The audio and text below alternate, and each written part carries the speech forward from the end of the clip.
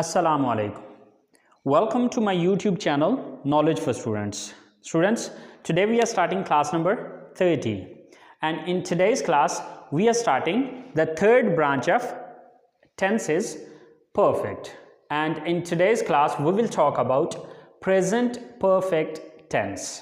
So students, class शुरू करने से पहले अगर अभी तक आप लोगों ने मेरे चैनल को सब्सक्राइब नहीं किया तो प्लीज़ सब्सक्राइब के बटन पर क्लिक कर दें। अगर आपको मेरी वीडियोस पसंद आ रही हैं और अगर आप इनसे कुछ सीख रहे हैं तो प्लीज़ लाइक एंड शेयर के बटन पर क्लिक कीजिए। और अगर आपको कोई भी कन्फ्यूजन हो रहा है, कोई मसला हो रहा है, कोई परेशानी हो रही है तो आप लोग कमेंट्स बॉक्स में जाके कमेंट्स कर सकते हैं। सो स्टूडेंट्स, चलें आए स्टार्ट करते हैं हमारी आज की क्लास। स्टूडेंट्स, थर्ड ब्रांच में हम सबसे पहले डिस्कस करने जा रहे हैं प्रेजेंट परफेक्ट। अब प्रेजेंट कहते हैं मौजूदा वक्त को और परफेक्ट कहते हैं मुकम्मल को।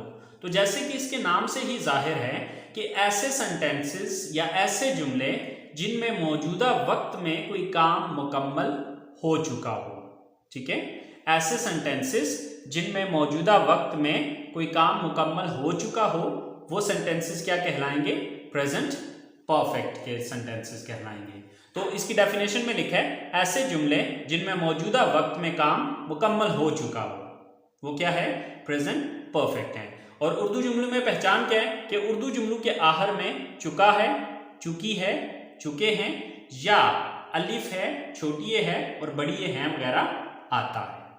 अच्छा, अब देखिए कि चुका है, चुकी है, चुके हैं जब आता है तो आसानी से पहचाना जा सकता है कि मौजूदा वक्त में ये काम मुकम्मल हो चुका है। लेकिन ज़रूरी नहीं है कि किसी सेंटेंस में चुका है, चुकी है ही आना है, ठीक है, इसके अलावा भी आ सकता है। जैसे कि मैं खाना खा चुका हूँ, तो देखिए कि अगर हम इस सेंटेंस को गौर से देखें तो इस सेंटेंस के अंदर काम मुकम्मल हो चुका है, यानी कि खाना खाने का अमल मुकम्मल हो चुका है, ठीक है। मैं खाना खा चुका हूँ तो यानी कि ये काम मुकम्मल हो चुका है। इसी तरह से वो घर पहुंच चुकी है, वो घर पहुंच चुकी है, तो इसका मतलब है इस सेंटेंस को अगर हम गौर से देखें तो पहुंचने का अमल मुकम्मल हो चुका है कि वो घर पहुंच चुकी है, वो अपना काम खत्म कर चुके हैं। तो चुके हैं के एंड पे देखें कि मतलब अगर हम इस सेंटेंस को देखें तो इसके अंदर एंड पे चुके हैं आ रहा है और ये सेंटेंस ये बता रहे हैं कि वो अपना काम मुकम्मल कर चुके हैं या वो अपना काम खत्म कर चुके हैं। अच्छा, मैं ये बात कह रहा था कि जरूरी नहीं कि चुका है, चुकी है, चुके हैं ही आना है, ठीक है। अलिफ है, छोटी है और बड़ी है वगैरह भी आता है। जैसे कि मैं खाना खा चुका हूं या मैंने खाना खा लिया है, मैं खाना खा चुका हूं या मैंने खाना खा लिया है। तो देखिए लिया है के एंड पे अलिफ है आ रहा है, लेकिन साथ आपने ये डेफिनेशन भी याद रखनी है कि मौजूदा वक्त में ये काम मुकम्मल हो चुका है। तो मैंने खाना खा लिया है तो खाना खाने का अमल ये मुकम्मल हो चुका है, ठीक है। तो इस तरह से अलिफ है, छोटी है, बड़ी है भी आ सकता है। और ये चीज याद रखनी है कि जरूरी नहीं है कि चुका है, चुकी है, चुके हैं ही आएगा, ठीक है। आपने सेंटेंस को ये देखना है कि मौजूदा वक्त में इस सेंटेंस के अंदर जो सेंस मिल रहा है वो काम मुकम्मल हो चुका है, ठीक है। मैंने अपना होमवर्क लिख लिया है, उसने चाहे बना ली है, वो चाहे बना चुकी है या उसने चाहे बना ली है, बेसिकली मतलब दोनों का सेम ही है, सिर्फ अल्फाज दोनों के अलग अलग हैं, ठीक है। तो आपने ये चीज याद रखनी है कि प्रेजेंट परफेक्ट के सेंटेंसेस में मौजूदा वक्त में काम मुकम्मल हो चुका होता है। आई होप सो आपको ये दोनों चीजें समझ में आ गई होंगी। तो अब हम आते हैं अपनी स्ट्रक्चर की तरफ। सो स्टूडेंट्स, याद रखिएगा जिस तरह हमने कंटिन्यूअस टेंस को देखा था तो कंटिन्यूअस टेंस में हमारा जो मेन वर्ब था, मेन वर्ब आईएनजी फॉर्म में आ रहा था, ठीक है। लेकिन यहां पर आपने प्रेजेंट परफेक्ट क्या बल्कि परफेक्ट टेंस के अंदर तीनों यानी कि प्रेजेंट परफेक्ट, पास्ट परफेक्ट और फ्यूचर परफेक्ट के अंदर आप देखेंगे कि जो हमारा मेन वर्ब है वो थर्ड फॉर्म में आ रहा है, ठीक है। वो तीनों टेंसेस के अंदर थर्ड फॉर्म ही यूज हो रही होगी, ठीक है। तो इसकी स्ट्रक्चर हमारी क्या है? First of all subject plus has and have plus third form plus object and full stop. Okay, now we have to look at that where to use has and where to use have. अब हमें ये चीज देखनी है कि has को कहाँ पे यूज करना है और have को कहाँ पर यूज करना है। So students, if the subject is he, she, it and single name, okay, he, she, it and singular noun. Singular noun का मतलब है सिंगल से लफ्ज निकला सिंगुलर, यानी कि वाहिद नाम, कोई एक नाम। तो अगर सब्जेक्ट हमारा ही, शी, इट या सिंगुलर नाउन होगा तो वहां पर हम हैज का यूज करेंगे।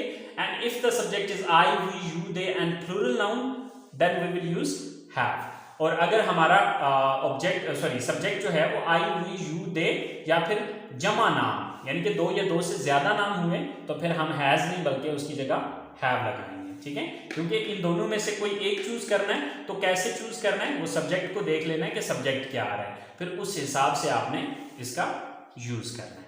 सो आई होप सो यहां तक आपको बात समझ में आ चुकी होगी। तो चले आए अब हम देखते हैं इसके सेंटेंसेस को जो कि हम उर्दू से इंग्लिश में ट्रांसलेट करते हैं। हमारे पास पहला सेंटेंस है, अली दाखिले के लिए इस कॉलेज में दरखास्त दे चुका है। सो सब्जेक्ट कौन है, अली। देन हैज या हैव, क्योंकि ये सिंगल नेम है, so with single name we use has. So Ali has. Then third form of the verb, तो यहां पर वर्ब क्या है, दरखास्त देना। तो दरखास्त देना की इंग्लिश होती है अप्लाई, तो अप्लाई की थर्ड फॉर्म होती है apply. So Ali has applied, Ali has applied. Ali ने किस चीज के लिए दरखास्त दी है, दाखिले के लिए, for admission.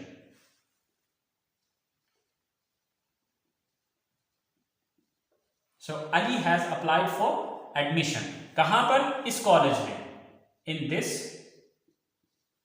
College.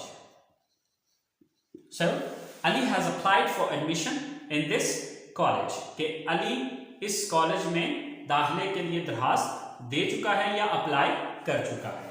Second sentence है हमारे पास कि पाकिस्तान मैच जीत चुका है। सो सब्जेक्ट कौन है यहां पे, पाकिस्तान। देन हैज और हैव, क्योंकि अब सिंगुलर नाउन है तो हम क्या यूज करेंगे, हैज। पाकिस्तान हैज, अब क्या कर चुका है पाकिस्तान, मैच जीत चुका है। जीतना यहां पर वर्ब है, तो जीतना विन, तो इसकी थर्ड फॉर्म होती है वोन। पाकिस्तान हैज वोन, क्या चीज जीत चुका है, मैच, द मैच।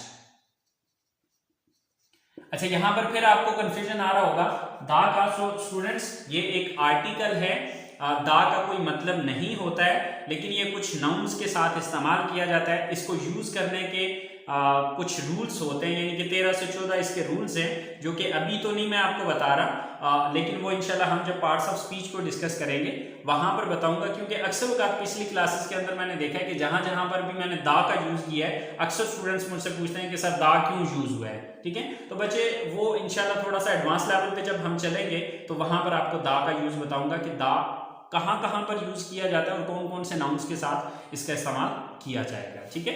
ये एक आर्टिकल है जो कि पार्ट्स ऑफ स्पीच में पढ़ाएंगे हम, ठीक है। अच्छा इसके बाद हमारा लास्ट सेंटेंस है कि हम रात का खाना खा चुके हैं। सब्जेक्ट कौन है, हम, वी। देन अब वी के साथ हैज आएगा या हैव, वी हैव। वर्ब क्या है यहां पर, खाना खाना, तो खाना खाना की इंग्लिश क्या है, ईटन, यानी कि ईट इसकी फर्स्ट फॉर्म है, ईट एट ईटन, तो ईटन इसकी थर्ड फॉर्म है। सो वी हैव ईटन, क्या खा चुके हैं, रात का खाना, we have eaten the dinner, we have eaten the dinner, हम खाना खा चुके हैं, ओके, या रात का खाना खा चुके हैं। सो स्टूडेंट्स ये हमारे पॉजिटिव सेंटेंसेस हैं प्रेजेंट परफेक्ट के। तो चलिए बात करते हैं हम इसके नेगेटिव्स की। अच्छा नेगेटिव्स का ऑलरेडी आपको पता है कि अगर हमारे पास हेल्पिंग वर्ब मौजूद हो तो पॉजिटिव सेंटेंस में जो हमारे पास हेल्पिंग वर्ब होते हैं उन्हीं के बाद हम नॉट लगा के इसका नेगेटिव बना लेते हैं। तो देखिए यहां पर हमारे पास जो पॉजिटिव सेंटेंस के अंदर हेल्पिंग वर्ब क्या आ रहे हैं, हैज और हैव हेल्पिंग वर्ब है। तो यहां पर हम हैज और हैव के बाद नॉट लगाएंगे तो ये हमारे नेगेटिव सेंटेंसेस बन जाएंगे। तो चलिए देखते हैं हमारे नेगेटिव सेंटेंसेस को। तो स्टूडेंट्स नेगेटिव सेंटेंसेस, जैसे कि नेगेटिव का मतलब है वो सेंटेंसेस जिसमें नहीं का लफ्ज आ रहा होता है। So first of all subject, then has and have. आपको पता है कि helping verb has and have है, तो हैज एंड हैव के बाद हम यहाँ पर नॉट लगा देंगे। Then third form of the verb and then object. तो यहाँ पर अगर आप पॉजिटिव और नेगेटिव सेंटेंसेस को आपस में कंपेयर करें, so then you will see only the difference of not, that we are increasing here only not. कि अगर आप इसका फर्क देखें तो आपको सिर्फ नॉट का फर्क नजर आएगा कि सिर्फ हमने एक लफ्ज का इजाफा किया और वो लफ्ज क्या है, नॉट है। ओके, सो स्टूडेंट्स हमारे पास सबसे पहला जो सेंटेंस है नेगेटिव में वो है उन्होंने अभी तक अपना काम खत्म नहीं किया है, या वो अभी तक अपना काम खत्म नहीं कर चुके हैं। अब ये दोनों सेंटेंसेस को अगर आप देखें तो ये ऑलमोस्ट सेम मीनिंग्स दे रहे हैं। अल्फाज दोनों की डिफरेंट है लेकिन मीनिंग्स या सेंस इन दोनों का सेम है। Okay, so first of all subject. Subject कौन है, वो, यानी कि दे। देन अब दे के साथ क्या आएगा, have, they have, then not, they have not। अब वो क्या है यहां पर, खत्म करना, काम खत्म करना। सो खत्म करना की इंग्लिश क्या होती है, फिनिश। तो फिनिश की थर्ड फॉर्म क्या होती है, finished. they have not finished, they have not finished। क्या खत्म करने की बात हो रही है, अपना काम, their work।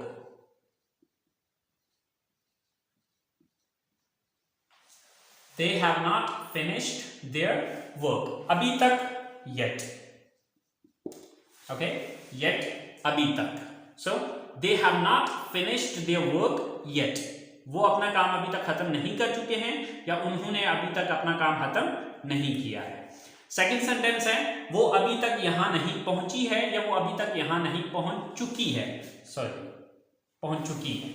सो सब्जेक्ट कौन है, वो, यानी कि वो एक लड़की है। So she, so with she we use has, she has। then not, she has not।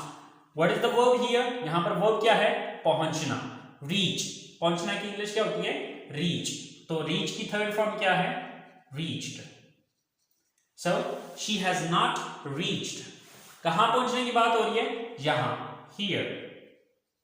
she has not reached here, अभी तक, yet। so she has not reached here yet, वो यहां तक अभी नहीं पहुंची है या वो यहां अभी तक नहीं पहुंच चुकी है। ओके, अब ये दोनों सेंस एक ही मतलब दे रहे हैं लेकिन अल्फाज दोनों के अलग अलग हैं। सो हमारा लास्ट सेंटेंस है हमने खाना ऑर्डर नहीं कर लिया है या हम खाना ऑर्डर नहीं कर चुके हैं। सो सब्जेक्ट कौन है, वी। देन वी के साथ हम क्या यूज करेंगे, हैव, नॉट। हैव के बाद not. What is the verb here, verb है यहां पर ऑर्डर करना। तो ऑर्डर करना की इंग्लिश ऑर्डर ही होती है, ऑर्डर, ऑर्डर्ड, ऑर्डर्ड। तो थर्ड फॉर्म इसकी ऑर्डर्ड हो जाएगी। So we have not ordered the food,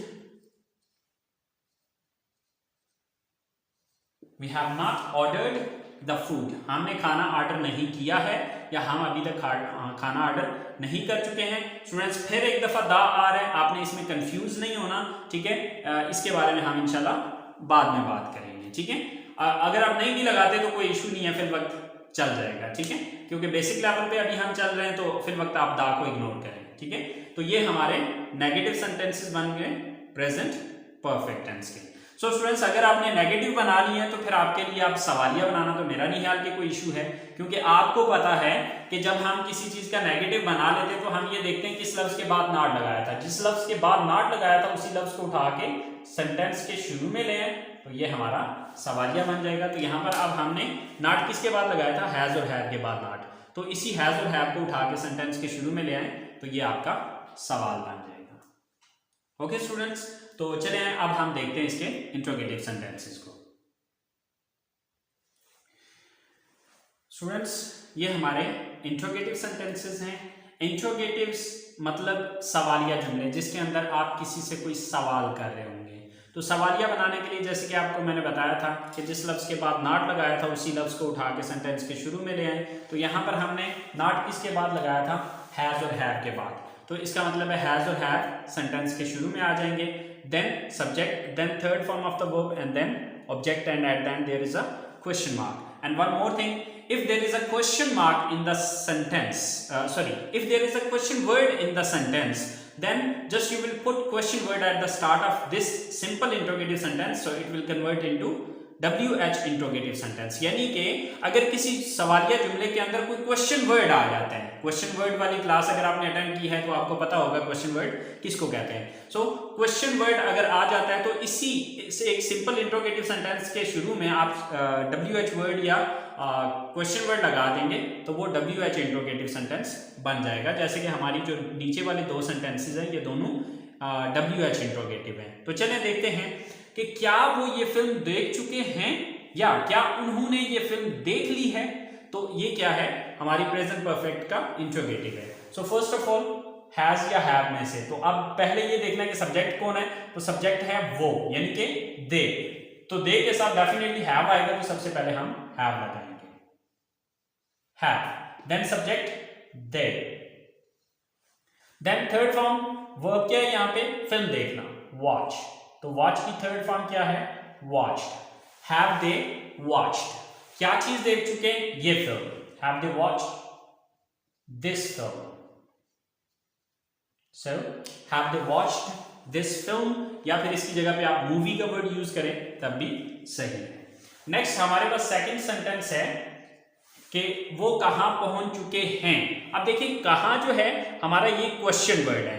तो मैंने आपको क्या बताया कि क्वेश्चन वर्ड वाला जो सेंटेंस होगा उसमें आपने सिंपली ये करना है कि जो क्वेश्चन वर्ड होगा उसको इस सेंटेंस के शुरू में लगाना है। तो यहाँ पर क्या क्वेश्चन वर्ड है, यहाँ पे कहां। तो कहां की इंग्लिश क्या होती है, वेयर। तो वेयर सबसे पहले लगाना है। देन हैज या हैव। तो अब आपने देखना है सब्जेक्ट क्या है, तो सब्जेक्ट है यहाँ पर वो, यानी कि वो ज्यादा है तो दे, तो दे के साथ हैव आएगा। So where have they. Then third form क्या है यहाँ पे, पहुंचना, रीच। तो रीच की जगह अराइव भी लफ्ज आ सकता है क्योंकि अराइव का मतलब भी पहुंचना होता है। तो अब रीच की थर्ड फॉर्म क्या है, reached. Where have they reached, वो कहां पहुंच चुके हैं या वो कहां पहुंचे हैं। लास्ट सेंटेंस है हमारे पास कि आप क्या खरीद चुके हैं या आपने क्या खरीद लिया है, राइट। तो अब यहां पर जो क्वेश्चन वर्ड है क्या, राइट, यानी कि व्हाट। तो सबसे पहले व्हाट लगेगा। देन अब सब्जेक्ट क्या है, आप, तो आपके साथ हैव आएगा। So what have. Then subject कौन है, आप, यू। What have you. अब थर्ड फॉर्म क्या है, वर्ब क्या है यहाँ पे, खरीदना। तो खरीदना की इंग्लिश क्या होती है, बाय। तो बाय की थर्ड फॉर्म है bought. What have you bought, आप क्या खरीद चुके हैं या आपने क्या खरीद लिया। सो स्टूडेंट्स ये हमारा प्रेजेंट परफेक्ट टेंस है। आई होप सो आपको समझ आ गई होगी प्रेजेंट परफेक्ट टेंस की। लेकिन फिर भी अगर कोई कंफ्यूजन रह गया है या कोई मसला है तो प्लीज आप लोग कमेंट्स बॉक्स में जाके कमेंट्स कीजिए, मैं इंशाल्लाह आपका जो भी कंफ्यूजन होगा उसे क्लियर करूंगा। सो स्टूडेंट्स अगली क्लास तक के लिए इजाजत दीजिए। इंशाल्लाह जिंदगी रही तो आप लोगों से अगली क्लास में मुलाकात होगी। अपना बहुत सारा ख्याल रखिएगा, दुआ में याद रखिएगा। अल्लाह हाफिज।